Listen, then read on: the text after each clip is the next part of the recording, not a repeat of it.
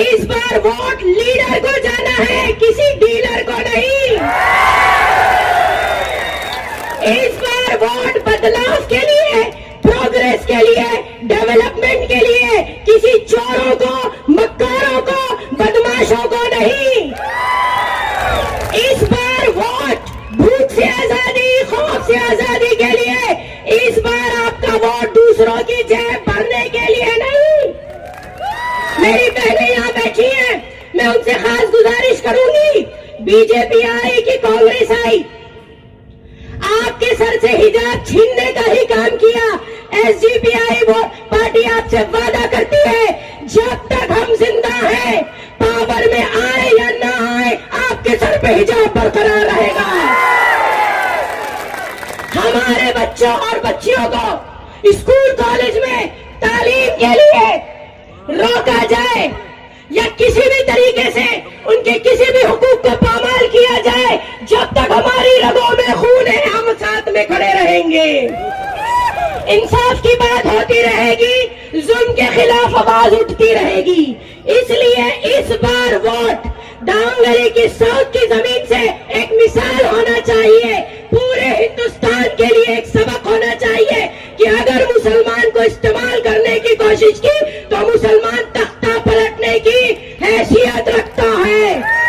कोई ये कौन आरएसएस जिसने 65 साल संघ को पाला, ये माँ है इसकी, ये बाप है ये बीजेपी के। ऐसे लोगों को आज जब आपके सामने पोल खुल रही है तो एसडीपीआई को बदनाम करने की कोशिश करते हैं, आपकी आंखों में धूल झोंकते हैं। मेरी आपसे एक ही गुजारिश, इस बार कुकर पे बटन दबाइए। 4 नंबर अफसर कोटली पेटे, एक ईमानदार कायद और एक बेहतरीन सियासत को जिताकर अपने जमीन, अपने ईमान का हक अदा कीजिए। शुक्रिया बहुत बहुत। अस्सलाम वालेकुम बहनों के। ये जो आवाज है ना आपकी, ये जो आवाज है, ये मैंने इसलिए आपसे बुलवाई है कि जब शेर दहाड़ता है ना तो उसकी वाइब्रेशन जो है 7.5 किलोमीटर तक जंगल के अंदर जाती है। जब एक शेर दहाड़ता है तो उसकी वाइब्रेशन 7.5 किलोमीटर तक जाती है। शेर राजा होता है देश का। आप एक क्यों नहीं होते हैं? क्यों नहीं होते आप एक? आपको देवबंदी, बरेलवी, शिया, सुन्नी और तमाम जमातों के अंदर आपको बांट दिया गया है। आप पहले मुसलमान हैं, आप अपनी कायद को पहचानें, आप सच्चे मुसलमान बने। जब आप ऊपर जन्नत में जाएंगे तो आपके अलग अलग दरवाजे नहीं होंगे। वहां शिया सुन्नी का दरवाजा अलग नहीं होगा, वहां देवबंदी बरेलवी का रास्ता एक नहीं होगा, आपका एक ही रास्ता होगा अल्लाह ताला के पास जाने का। वहां जाकर आपको जवाब देना पड़ेगा कि मैंने वहां नीचे जाके क्या किया। इसकी पूंछ खींची, उसकी टांग खींची, उसकी टांग खींची। आज आपके बीच में 4 number cooker, pressure cooker. Cooker में मटन भी पकाना है, चिकन भी पकाना है। क्या पकाना है? कांग्रेस को पकाना है, पप्पू भी पकाना है, अप्पू भी, टप्पू भी, सबको पका देना है। कुकर में सबका सीटी लगा देना है। मैं यही कहना चाहता कि आपके बीच में टोपी दाढ़ी वाला आपके बीच में मौजूद है। इस देश को आज अगर जरूरत है तो आप लोगों की वोट की जरूरत है। अगर आज आप लोग वोट नहीं देते हैं इसको, तो ये इस एसडीपीआई के लिए भी एक अहम मुद्दा है। आज एसडीपीआई आप लोगों के बीच में आई है, अपनी झोली, अपना दामन उन्होंने फैलाया आपके आगे। मैं चाहता हूं कि आप लोग एसडीपीआई को वोट दें, इस द्वारी टोपी को वोट दें। मैं एक चीज और बता दूं माजिद भाई, इस देश को 2 ही कौमों से खतरा है, सिर्फ 2 कौमों से खतरा है इस देश को। एक बंद दाढ़ी वाले, ये बंद दाढ़ी वाले, ये खुली दाढ़ी वाले। ये किससे खतरा है? एक बंद दाढ़ी वाले, एक खुली दाढ़ी वाले। आपको मालूम है पंजाब के अंदर पीएम को घुसने नहीं दिया गया था, सिर्फ 2% होने के बावजूद भी। और आपको एक चीज और बता देता हूं मैं आपको, आप 18%, 20% अगर दलित मिल जाते हैं और 2% सिख मिल जाते हैं, हम सिखों ने 2% होकर अपना पीएम भी बनाया, अपना सीएम भी बनाया हमने। और किसान आंदोलन भी लाया था, किसान आंदोलन हम लोगों ने वापस लिया। और मुझे एक और मौका मिला था, बहनें बैठी हमारी यहाँ पर, शाहीन बाग की शनिया बैठी हैं। मुझे एक मौका मिला था, अल्लाह ताला ने मेरे ऊपर रहमत की, मुझे शाहीन बाग के अंदर लंगर लगाने का मौका मिला था। मेरे पास पैसे खत्म हो गए थे, लेकिन मैंने कहा लंगर बंद नहीं होगा, एक सिख का लंगर बंद नहीं होगा जब तक मुस्लिम बहनें बैठेंगी, हमारा लंगर चलता रहेगा। ऊपर वाले ने अता फरमाई, मेरा एक फ्लैट था, मैंने फ्लैट बेच दिया। मैंने कहा फ्लैट तो बहुत बन जाएगा, लेकिन अगर हमारी मुस्लिम बहनें अगर देखा कि सिख भाई भाग गया है तो हम जिंदगी भर अपना चेहरा नहीं दिखा पाएंगे। आज इस मंच के ऊपर हम ताक से कहते हैं कि 101 दिन हमने लंगर चलाया, दिन रात लंगर चलाया, हमने फ्लैट बेच के लंगर चलाया। आज आप अपना घर बेच के अगर आज दाढ़ी टोपी वाले को वोट नहीं देते तो आपको ऊपर लानत है। मैं आज आपको शर्मसार करके जा रहा हूं। मुझे मौका मिला एसडीपीआई का, मैं बहुत एमके फैजी साहब का, शफी साहब का, जितने भी तमाम लोग हैं, मैं सबका धन्यवाद करता हूं कि मुझे इस काबिल समझा कि मुझे एसडीपीआई भी लिया। मैं ताउम्र जब तक जिंदा रहूंगा एसडीपी के लिए वोट मांगूंगा, पूरे मुल्क के अंदर वोट मांगूंगा और आपको मिसाल बताऊंगा कि एक अकेला सिख, मैं अकेला था, मेरे साथ कोई टीम नहीं थी, कोई एनजीओ नहीं थी मेरे साथ, मैं अकेला सिख था और मैंने 101 दिन लंगर को चलाया। क्या आप इसको वोट देके क्या 100 एमएलए नहीं बना सकते? क्या आप लोग इतने कमजोर है क्या? इतने तादाद में होने के बाद आप चाहते हो कि ये कांग्रेस का, ये बीजेपी का? आप देखिए आपके सामने दाढ़ी टोपी वाला खड़ा है। अगर मैं बंद दाढ़ी वाला, एक पगड़ी वाला अगर 101 दिन लंगर चला सकता हूं तो आप क्या इसको एमएलए नहीं बना सकते क्या? आप अगर नहीं बनाते तो लानत है आप लोगों के ऊपर। आज इसे चलिए, एक एक घर में जाइए, आप अपनी जिम्मेवारी समझिए कि इसको अगर एमएलए बनाना है तो आप लोगों ने बनाना है। हो सकता है कि आपकी तादाद यहाँ पर कम हो, लेकिन अगर आप निकलेंगे, जब मैं अकेला 101 दिन लंगर लगा सकता हूँ, मैंने पूरी हुकूमत को चैलेंज दिया था, पूरी हुकूमत मेरे पीछे पड़ गई थी। मैंने 3 साल जो है फरारी काटी, मैं घर पे नहीं गया 3 साल, अपने 20 बच्चों के पास नहीं गया 3 साल तक। क्यों नहीं गया? लेकिन मैं वहां से हटा नहीं। आज आप प्रण करिए कि आज आप यहां से उठेंगे और एक एक घर में जाएंगे और आज अपने लिए वोट मांगेंगे। अगर आपको सीएम मुस्लिम बनाना है, अगर आपको पीएम मुस्लिम बनाना है, तो आज ही आप उठेंगे, यहां से कसम लेके जाएंगे कि एक एक घर में जाएंगे और हम वोट मांगेंगे। आपको जानता हो ना जानता हो, आप हर घर में जाइए और वोट मांगिए। अगर आज इतने लोग अगर लग जाएंगे तो मैं चैलेंज देना चाहता हूं, इस सीट को कोई हरा नहीं सकता है। जय हिंद, जय भारत। ಸರ್ ಕೊಡ್ಲಿಪೇಟೆ ಬಾಬಾ ಸಾಹೇಬ್ ಅಂಬೇಡ್ಕರ್ ಅವರ ಸಂವಿಧಾನವನ್ನ ಗೌರವಿಸುವಂತ ವ್ಯಕ್ತಿ, SDPI social democratic party of India ಈ ನೆಲದ ಕಾನೂನನ್ನ ಗೌರವಿಸುವಂತ ಪಕ್ಷ ಆದ ಕಾರಣ ನಿಗದಿತ ಸಮಯದ ಒಳಗೇನೆ ನಮ್ಮ ಕಾರ್ಯಕ್ರಮವನ್ನು ಮುಗಿಸಬೇಕಾಗಿದೆ. ಹಾಗಾಗಿ ಯಾರು ಅನ್ಯತಾ ಭಾವಿಸಬೇಡಿ, ನಾನು ಕೂಡ ಹೆಚ್ಚು ಭಾಷಣ ಮಾಡಲ್ಲ. ನಾನು ಮಾತನಾಡಲಿಕ್ಕಿರುವಂತಹ ಇಶ್ಯೂಗಳ ಒಂದು ದೊಡ್ಡ ಪಟ್ಟಿಯೇ ಇದೆ. ನಾನು ಚುನಾವಣಾ ಕ್ಯಾಂಪೇನ್ ನಲ್ಲಿ ಮನೆ ಮನೆಗೆ ಹೋಗ್ಬೇಕಾದ್ರೆ ಒಂದೊಂದು ಏರಿಯಾದಲ್ಲಿ ಒಂದೊಂದು ಸಮಸ್ಯೆ ಇದೆ. ನಾನು 2 PAಗಳನ್ನ ಅಪಾಯಿಂಟ್ ಮಾಡ್ಕೊಂಡಿದ್ದೇನೆ. ಯಾಕಂತ ಹೇಳಿದ್ರೆ ನಾಳೆ ಅಸೆಂಬ್ಲಿಯಲ್ಲಿ ಹೋಗಿ ಮಾತಾಡಬೇಕಾದ್ರೆ ಯಾವ ಏರಿಯಾದ ಪಾಯಿಂಟ್ಗಳು ಬಿಟ್ಟು ಹೋಗಬಾರ್ದು ಎಂಬ ಕಾರಣಕ್ಕೆ ಎಲ್ಲವನ್ನ ಅವರು ನೋಟ್ ಮಾಡ್ತಾ ಇದ್ದಾರೆ.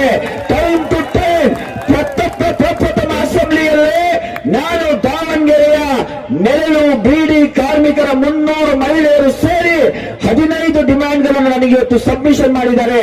ಅದರ ಬಗ್ಗೆ ನಾನು ಧ್ವನಿ ಎತ್ತಲಿಕ್ಕಿದ್ದೇನೆ ಮತ್ತು ಭರವಸೆಯನ್ನ ಆ ಮಹಿಳೆಯರಿಗೆ ಕೊಟ್ಟು ಬಂದಿದ್ದೇನೆ. ಹಾಗಾಗಿ ಒಂದು ವಿಚಾರವನ್ನು ಮಾತ್ರ ನಾನು ಇಲ್ಲಿ ಪ್ರಸ್ತಾಪ ಮಾಡ್ತೇನೆ. ಅಫ್ಸರ್ ಕೊಡ್ಲಿಪೇಟೆ ಕೋಮುವಾದಿ ಅಂತ ಹೇಳಿ social democratic party of India ಕೋಮುವಾದಿ ಪಕ್ಷ ಅಂತ ಹೇಳಿ ಹಲವಾರು ಜನರು ಹೇಳ್ತಾ ಇದ್ದಾರೆ. ಅವರಿಗೆ ನಾನು ಏನು ಮಾತಾಡೋದಿಲ್ಲ. ಇವತ್ತು ಈ ವೇದಿಕೆಯನ್ನ ನೋಡಿ, ಇಲ್ಲಿ ದಲಿತ ಸಹೋದರರಿದ್ದಾರೆ, ಕ್ರೈಸ್ತ ಸಹೋದರರಿದ್ದಾರೆ, ಸಿಖ್ ಸಹೋದರರಿದ್ದಾರೆ, ಮುಸ್ಲಿಂ ಸಹೋದರರಿದ್ದಾರೆ. ಇದು ಕೋಮುವಾದ ಅನ್ನೋದಾದ್ರೆ ಹೌದು, ನಾನು ಕೋಮುವಾದಿ. ಇದನ್ನ ನೀವು ಕೋಮುವಾದ ಅನ್ನೋದಾದ್ರೆ ಹೌದು, ಎಸ್ಡಿಪಿಐ ಕೋಮುವಾದಿ. ಇದನ್ನ ನಾವು ತಿಳ್ಕೊಂಡಿರುವಂತದ್ದು ಜಾತ್ಯತೀತವಾದ, ನೈಜ ಜಾತ್ಯತೀತವಾದ. ಈ ಜಾತ್ಯತೀತವಾದವನ್ನ ನಾವು ಪ್ರತಿ ಮನೆಗೂ ತಲುಪಿಸ್ಲಿಕ್ಕಿದೆ. ಕೋಮುವಾದಿ ಯಾರು ಅಂತ ನೀವು ಡೆಫಿನಿಷನ್ ಅನ್ನ ತೆಗೆದು ನೋಡಿದ್ರೆ, ತನ್ನ ಕೋಮಿನ ಒಬ್ಬ ವ್ಯಕ್ತಿ ತಪ್ಪನ್ನ ಮಾಡಿದಾಗ ಅವನನ್ನು ಸಮರ್ಥಿಸಿಕೊಳ್ಳುವನು ಕೋಮುವಾದಿ. ಇವತ್ತು ಇದೇ ಪ್ರದೇಶ, ಇದೇ ಸ್ಥಳದಲ್ಲಿ ನಡೆದಂತಹ ಒಂದು ವೇದಿಕೆಯಲ್ಲಿ ನನ್ನದೇ ಸಮುದಾಯದ ಒಬ್ಬ MLA ಬಂದು ತಪ್ಪುಗಳನ್ನ ಮಾತಾಡಬೇಕಾದ್ರೆ ಅದನ್ನ ಖಡಾಖಂಡಿತವಾಗಿ ಅದು ತಪ್ಪು ಅಂತೇಳಿ ಹೇಳಿದ್ದು ಇದೇ ಅಫ್ಸರ್ ಕೊಡ್ಲಿಪೇಟೆ. ಅವನು ಹೇಗೆ ಕೋಮುವಾದಿ ಆಗ್ಲಿಕ್ಕೆ ಸಾಧ್ಯ? ನನ್ನ ಕೋಮಿನವನಾಗಿರಲಿ, ನನ್ನ ಸಮಾಜದವನಾಗಿರಲಿ, ಅವನು ತಪ್ಪನ್ನ ಹೇಳಿದಾಗ ಧೈರ್ಯದಿಂದ ಅದು ತಪ್ಪು ಅಂತ ಹೇಳುವಂತದ್ದಿದೆಯಲ್ಲ, ಇದು ಕೋಮುವಾದ ಅಲ್ಲ. ಅವನನ್ನ ತಪ್ಪನ್ನ ಸಮರ್ಥಿಸಿಕೊಳ್ಳೋದು ಕೋಮುವಾದ. ಹಾಗಾಗಿ ಈ ಪ್ರದೇಶದಲ್ಲಿ ನಾವು ಏನು ಕಾರ್ಯಕ್ರಮವನ್ನು ಮಾಡ್ತಾ ಇದ್ದೇವೆ, ಈ ಪ್ರದೇಶಕ್ಕೆ ಒಂದು ಇತಿಹಾಸ ಇದೆ. 2023ನೇ ಇಸವಿಯಲ್ಲಿ ಈ ಪ್ರದೇಶದಲ್ಲಿ ಸುಮಾರು 300 ಮನೆಗಳಿತ್ತು. ಅದಕ್ಕೆ ಹೆಗಡೆ ನಗರ ಎಂಬಂತ ಹೆಸರಿತ್ತು. ಆ ಸಂದರ್ಭದಲ್ಲಿ ಈ ರಿಂಗ್ ರೋಡ್ ಏನಿದೆ, ಈ ಬೈಪಾಸ್ ರೋಡ್ ಅನ್ನ ಅಭಿವೃದ್ಧಿಯ ದೃಷ್ಟಿಯಿಂದ ಅವರನ್ನ ಇಲ್ಲಿಂದ ಒಕ್ಕಲೆಬ್ಬಿಸಲಾಗಿತ್ತು. ಆ ಒಕ್ಕಲೆಬ್ಬಿಸಿದಂತಹ ಸಂದರ್ಭದಲ್ಲಿ ಈ ರಿಜ್ವಾನ್ ಅರ್ಷದ್ ಆಗ್ಲಿ, ಸಲೀಂ ಅಹಮದ್ ಆಗ್ಲಿ, ಈ ಕ್ಯಾಬಿನೆಟ್ ಆಗ್ಲಿ ಇಲ್ಲಿಗೆ ಬಂದಿರಲಿಲ್ಲ. ಅವರ ಪರವಾಗಿ ಧ್ವನಿ ಎತ್ತಿದ್ದು ಯಾರು ಅಂತ ಹೇಳಿದ್ರೆ ಇದೇ ಅಫ್ಸರ್ ಕೊಡ್ಲಿಪೇಟೆ, ಇದೇ social democratic party of India. ಇದು ನನ್ನ ಮಾತಲ್ಲ, ಹೆಗಡೆ ನಗರದ ನಿರಾಶ್ರಿತರಿಗೆ ಹೋಗಿ ಕೇಳಿ. ಆಗ ನಾನು ಓಟ್ ಇರಲಿಲ್ಲ, ಆಗ ಯಾವುದೇ ಚುನಾವಣೆ ಇರಲಿಲ್ಲ, ಓಟಿಗಾಗಿ ನಾನು ಧ್ವನಿ ಎತ್ತಿದ್ದಲ್ಲ. ನಾನು ಅವರ ಮಾನವೀಯ ಹಕ್ಕುಗಳನ್ನು ಗೌರವಿಸಿ, ಅವರು ಕೂಡ ಮನುಷ್ಯರು, ಅವರು ಒಂದು ಗೌರವಯುತ ಬದುಕನ್ನು ಸಾಗಿಸಬೇಕಂತೇಳಿ ನಾನು ಧ್ವನಿಯನ್ನೆತ್ತಿದ್ದೆ. ಮೊನ್ನೆ ಇವರನ್ನ ಇಲ್ಲಿಂದ ಏನು 10 ಕಿಲೋಮೀಟರ್ ದೂರದಲ್ಲಿ ಒಂದು ಕಾಡು ಪ್ರದೇಶದಲ್ಲಿ ಅವರಿಗೆ ಸ್ಥಳಾಂತರ ಮಾಡಿದ್ರು. ಅಲ್ಲಿಗೆ ಹೋದಾಗ ಆ ಮಹಿಳೆಯರಲ್ಲಿ ಕೇಳಿದೆ, ಈಗ ನಿಮ್ಮ ಜೀವನ ಪರಿಸ್ಥಿತಿ ಹೇಗಿದೆ? 150 ಮನೆಗಳಿದ್ದಂತಹ ಪ್ರದೇಶದಲ್ಲಿ ಕೇವಲ 4 ಮನೆಗಳು ಇವತ್ತು ಬಾಕಿ ಇದೆ. ಯಾಕಂದ್ರೆ ಅಲ್ಲಿ ಚರಂಡಿ ಇಲ್ಲ, ಕರೆಂಟ್ ಇಲ್ಲ, ನೀರಿಲ್ಲ. ನಾಯಿ ನರಿ ಕುರಿ ಕೋಳಿಗಳ ಹಾಗೆ ಬದುಕಕ್ಕೆ ಅವರು ಸಾಧ್ಯ ಇಲ್ಲ ಅಂತ ಹೇಳಿ ಎಲ್ಲೋ ಬಾಡಿಗೆಯ ಮನೆಯೋ ಭೋಗ್ಯದ ಮನೆ ಮಾಡಿಕೊಂಡು ಇಲ್ಲಿ ಜೀವನ ಮಾಡ್ತಾ ಇದ್ದಾರೆ. ಅಫ್ಸರ್ ಕೊಡ್ಲಿಪೇಟೆ ಅವತ್ತು ಕೂಡ ನಿಮ್ಮ ಪರವಾಗಿ ಧ್ವನಿ ಎತ್ತಿದ್ದಾನೆ. ಇವತ್ತು ನಿಮ್ಮ ಮನೆ ಬಾಗಿಲಿಗೆ ನಿಮ್ಮ ಮನೆಯ ಮಗನಾಗಿ ನಿಮ್ಮ ಮತ ಭಿಕ್ಷೆಯನ್ನ ಬೇಡಲಿಕ್ಕೆ ಬಂದಿದ್ದಾನೆ. ಒಂದು ವೇಳೆ ನೀವು ನನ್ನ ಪರವಾಗಿ ಮತವನ್ನ ದಾನ ಮಾಡಿದ್ರೆ ಅಸೆಂಬ್ಲಿಯಲ್ಲಿ ಟೇಬಲ್ ಗುದ್ದಿ ನಿಮ್ಮ ಹಕ್ಕಿನ ಪರವಾಗಿ ಮಾತಾಡ್ತಾನೆ ಅಂತ ಭರವಸೆ ನಾನು ಕೊಡ್ತಾ ಇದ್ದೇನೆ. ಯಾಕಂತ ಹೇಳಿದ್ರೆ ನನ್ನ ಮನೆಯಿಂದ ನಾನು ಕೊಡ್ಲಿಕ್ಕೆ ಏನಿಲ್ಲ ಸ್ವಾಮಿ. ನಾನು ಹೆಲಿಕಾಪ್ಟರ್ ನಲ್ಲಿ ದಾವಣಗೆರೆಗೆ ಇಳಿದವನಲ್ಲ. ನಾನು ಈ ದೇಶದ, ಈ ರಾಜ್ಯದ ಒಂದು ಸಣ್ಣ ಕುಗ್ರಾಮದ ಒಬ್ಬ ಬಡ ರೈತನ ಮನೆಯಲ್ಲಿ ಜನಿಸಿದಂತಹ ಒಬ್ಬ ಬಡವ. ನನ್ನ ಹತ್ರ ಕೋಟಿಗಟ್ಟಲೆ ಕಪ್ಪು ಹಣ ಇಲ್ಲ. ಚುನಾವಣೆಯಲ್ಲಿ ಮತಕ್ಕಾಗಿ ಹಣವನ್ನು ಹಂಚಲಿಕ್ಕೆ ಹಲವರು ಕೇಳಿದ್ರು, ಹಾಗಾದ್ರೆ ನೀವು ಚುನಾವಣೆ ಹೇಗೆ ಎದುರಿಸ್ತೀರಾ ಅಂತ ಹೇಳಿ ನಾನು ಒಂದು ಮಾತನ್ನ ಹೇಳಿದೆ. ನಿನ್ನೆ ನಮ್ಮ ಒಂದು ಸಣ್ಣ ಕಾರ್ನಾರ್ ಸಭೆ ಇತ್ತು. ಆ ಸಂದರ್ಭದಲ್ಲಿ ನನ್ನ ಈ ಚುನಾವಣಾ ಖರ್ಚು ವೆಚ್ಚಕ್ಕಾಗಿ ಇಲ್ಲಿಯ ಸಹೋದರಿಯರು ನನಗೆ ಹಣದ ಸಹಾಯವನ್ನ ಮಾಡಿದ್ರು. ಕ್ರೌಡ್ ಫಂಡಿಂಗ್ ಆಗಿ ನಾನು ಅಪೀಲ್ ಮಾಡಿದ್ದೆ. ವಿವಿಧ ರಾಜ್ಯದ ಮೂಲೆ ಮೂಲೆಗಳಿಂದ ನನಗಾಗಿ ಹಣ ಸಹಾಯವನ್ನು ಮಾಡ್ತಾ ಇದ್ದಾರೆ. ಯಾಕಂತ ಹೇಳಿದ್ರೆ ನಾನು ಒಂದೇ 1 ರೂಪಾಯಿ ಭ್ರಷ್ಟಾಚಾರ ಮಾಡದಂತ ರಾಜಕಾರಣ ಮಾಡ್ಲಿಕ್ಕೆ ಬಂದಂತವನು. ಇವತ್ತು ನಿಮಗೆ ಮತಕ್ಕಾಗಿ ಹಣ ಕೊಟ್ಟರೆ ನಾಳೆ ನಮಗೆ ನೈತಿಕತೆ ಇರಲಿಲ್ಲ. ಹಾಗಾಗಿ ಕೊನೆಯದಾಗಿ ಒಂದು ಮಾತನ್ನ ಹೇಳಿ ನನ್ನ ಮಾತಿಗೆ ವಿರಾಮ ಹಾಕ್ತೇನೆ. ಅಫ್ಸರ್ ಕೊಡ್ಲಿಪೇಟೆ ನಿಮ್ಮ ಮನೆಯ ಮಗನಾಗಿ ಈಗಾಗಲೇ ದಾವಣಗೆರೆಯ ಜನರ ಹೃದಯವನ್ನ ಗೆದ್ದಾಗಿದೆ. ಇನ್ನು ಬ್ಯಾಲೆಟ್ ಮುಖಾಂತರ 9ನೇ ತಾರೀಕು ಚುನಾವಣೆಯಲ್ಲಿ MLA ಆಗಿ ವಿಧಾನಸಭೆ ಪ್ರವೇಶಿಸುವಂತದ್ದು ಮಾತ್ರ ಬಾಕಿ. ಇದಕ್ಕೆ ನಿಮಗೆ ಸಾಕ್ಷಿ ಬೇಕಂತ ಹೇಳಿದ್ರೆ ಈ ದಾವಣಗೆರೆಯ ಏನು ಸ್ಟಾರ್ ಹೋಟೆಲ್ಗಳಿವೆ, ದೊಡ್ಡ ದೊಡ್ಡ ಲಾಡ್ಜಸ್ಗಳಿವೆ, ಅಲ್ಲಿ ಹೋದ್ರೆ ನಿಮಗೆ ಅರ್ಥ ಆಗ್ತದೆ ಯಾವೆಲ್ಲ ಕ್ಯಾಬಿನೆಟ್ನ ಮಂತ್ರಿ ಮಹೋದಯರು SDPಯನ್ನು ಸೋಲಿಸಲಿಕ್ಕೆ ತಮ್ಮ ಶಕ್ತಿಯನ್ನ ಹಾಕ್ತಾ ಇದ್ದಾರೆ. ಅವರೆಲ್ಲರಿಗೂ ನನ್ನ ಒಂದು ಸಂದೇಶವನ್ನ ನೀಡ್ತಾ ಇದ್ದೇನೆ. ಇದೇ 1447 ವರ್ಷಗಳ ಹಿಂದೆ 313ರಷ್ಟಿದ್ದಂತ ಒಂದು ಸೈನ್ಯ 1000ಕ್ಕೂ ಮಿಕ್ಕ ಸೈನ್ಯವನ್ನ ಸೋಲಿಸಿತು ಎಂಬ ಇತಿಹಾಸವನ್ನ ಮರಿಬೇಡಿ. ಆ ಇತಿಹಾಸ ದಾವಣಗೆರೆಯಲ್ಲಿ ಮರುಕಳಿಸಲಿಕ್ಕಿದೆ. ಯಾರು ಸತ್ಯ ಮತ್ತು ನ್ಯಾಯದ ಪರವಾಗಿರ್ತಾರೆ ಆ ಭಗವಂತನು ಕೂಡ ಅವರಿಗೆ ಸಹಾಯ ಮಾಡ್ತಾನೆ. ನನ್ನ ಮನಸ್ಸು ಹೇಳ್ತಾ ಇದೆ, ಈ ಬಾರಿ ಅಫ್ಸರ್ ಕೊಡ್ಲಿಪೇಟೆ ಈ ಕ್ಷೇತ್ರದಲ್ಲಿರುವಂತಹ 1.5 ಲಕ್ಷದಷ್ಟಿರುವಂತಹ ಅಹಿಂದ ಮತದಾರರ ಸ್ವಾಭಿಮಾನದ ಚುನಾವಣೆಯನ್ನು ಎದುರಿಸ್ತಾ ಇದ್ದಾನೆ.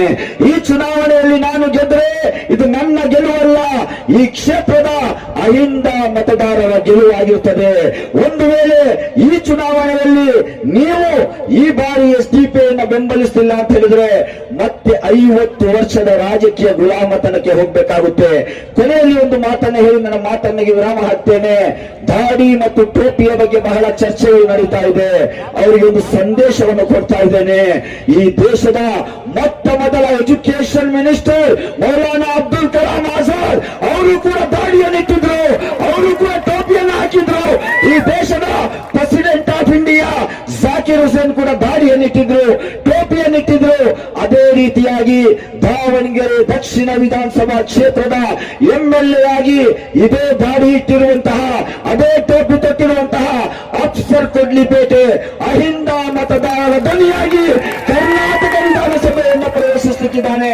ಒಂದು ವೇಳೆ ನಾನು ವಿಧಾನಸಭೆ ಪ್ರವೇಶಿಸಿದರೆ ಎಲ್ಲ ಜಾತಿ ವರ್ಣ ವರ್ಗ ಎಲ್ಲರ ಜೊತೆಯಲ್ಲೂ ನ್ಯಾಯವನ್ನ ಪರಿಪಾಲಿಸ್ತಾನೆ. ಇದೇ ದಾರಿ ಇದೇ ಟೋಪಿ ಇಟ್ಟಿರುವಂತಹ ಅಫ್ಸರ್ ಕೊಡ್ಲಿಪೇಟೆ ಎಂಬಂತ ಸಂದೇಶವನ್ನು ನೀಡ್ತಾ ಬಾಬಾ ಸಾಹೇಬರ ಒಂದು ವಿಚಾರವನ್ನು ಹೇಳಿ ನನ್ನ ಮಾತಿಗೆ ವಿರಾಮ ಹಾಕ್ತೇನೆ. ನಾಯಿ ನರಿ ಕುರಿ ಕೋಳಿಗಳು ಕೂಡ ಹುಟ್ಟುತ್ತವೆ ಸಾಯ್ತವೆ, ನಾಯಿ ನರಿ ಕುರಿ ಕೋಳಿಗಳು ಕೂಡ ಬದುಕುತ್ತವೆ ಸಾಯ್ತವೆ. ಆದರೆ ನೀವು ಯಾವ ರೀತಿ ಬದುಕಬೇಕಂತ ಹೇಳಿ ಬಾಬಾ ಸಾಹೇಬರು ಕಲಿಸೋಟ್ ಹೋಗಿದ್ದಾರೆ. ನೀವು ಹುಲಿ ಸಿಂಹಗಳಾಗಿ ಬದುಕಿ, ನೀವು ನಾಯಿ ನರಿಗಳಾಗಿ ಬದುಕಬೇಡಿ. 250 ವರ್ಷಗಳ ಹಿಂದೆ ಶಹೀದ್ ಮಿರ್ ಟಿಪ್ಪು ಸುಲ್ತಾನ್ ಕೂಡ ಅದನ್ನೇ ಹೇಳಿದ್ದು, 100 ದಿನ ಇಲಿಯಾಗಿ ಬಾಳೋದ್ಕಿಂತ 1 ದಿನ ಹುಲಿಯಾಗಿ ಬಾಳು. ಅಫ್ಸರ್ ಕೊಡ್ಲಿಪೇಟೆ ದಾವಣಗೆರೆಯ ಜನರ ಹೃದಯವನ್ನು ಏನು ಗೆದ್ದಿದ್ದಾನೆ. ಯಾವುದೇ ತ್ಯಾಗಕ್ಕೂ ನಾನು ತಯಾರಾಗಿದ್ದೇನೆ. ನಾನು ಕೋಮುವಾದಿಗಳೊಂದಿಗೆ ಯಾವುದೇ ರಾಜಿ ಮಾಡಿಕೊಳ್ಳಿಕ್ಕೆ ತಯಾರಿಲ್ಲ. ನಾನು ರಾಜ್ಯರಹಿತವಾದಂತಹ ಹೋರಾಟ, ಅದು ಬೀದಿಯಲ್ಲಾಗಿರಲಿ, ಅದು ಅಸೆಂಬ್ಲಿಯಲ್ಲಾಗಿರಲಿ ಮಾಡಿಯೇ ತೀರ್ತೇನೆ ಎಂಬಂತಹ ವಿಶ್ವಾಸದೊಂದಿಗೆ ನನ್ನ ಮಾತಿಗೆ ವಿರಾಮ ಹಾಕ್ತಾ ಇದ್ದೀನಿ. ನನ್ನ ಚುನಾವಣಾ ಗುರುತಾದ ಪ್ರೆಷರ್ ಕುಕ್ಕರ್ ಸೀರಿಯಲ್ ನಂಬರ್ 4ಕ್ಕೆ ತಮ್ಮ ಅಮೂಲ್ಯವಾದ ಮತವನ್ನು ನೀಡಿ, ನಿಮ್ಮ ಭಿಕ್ಷೆಯ ಮುಖಾಂತರ, ಮತದಾನದ ಮುಖಾಂತರ ನನ್ನನ್ನು ಜಯಶೀಲವನ್ನಾಗಿ ಮಾಡಬೇಕಂತ ಹೇಳಿ ಕೇಳ್ಕೊಳ್ತಾ ನನ್ನ ಮಾತಿಗೆ ವಿರಾಮ ಹಾಕ್ತಾ ಇದ್ದೇನೆ. ಜೈ ಹಿಂದ್, ಜೈ SDPI, ಜೈ ಭೀಮ್.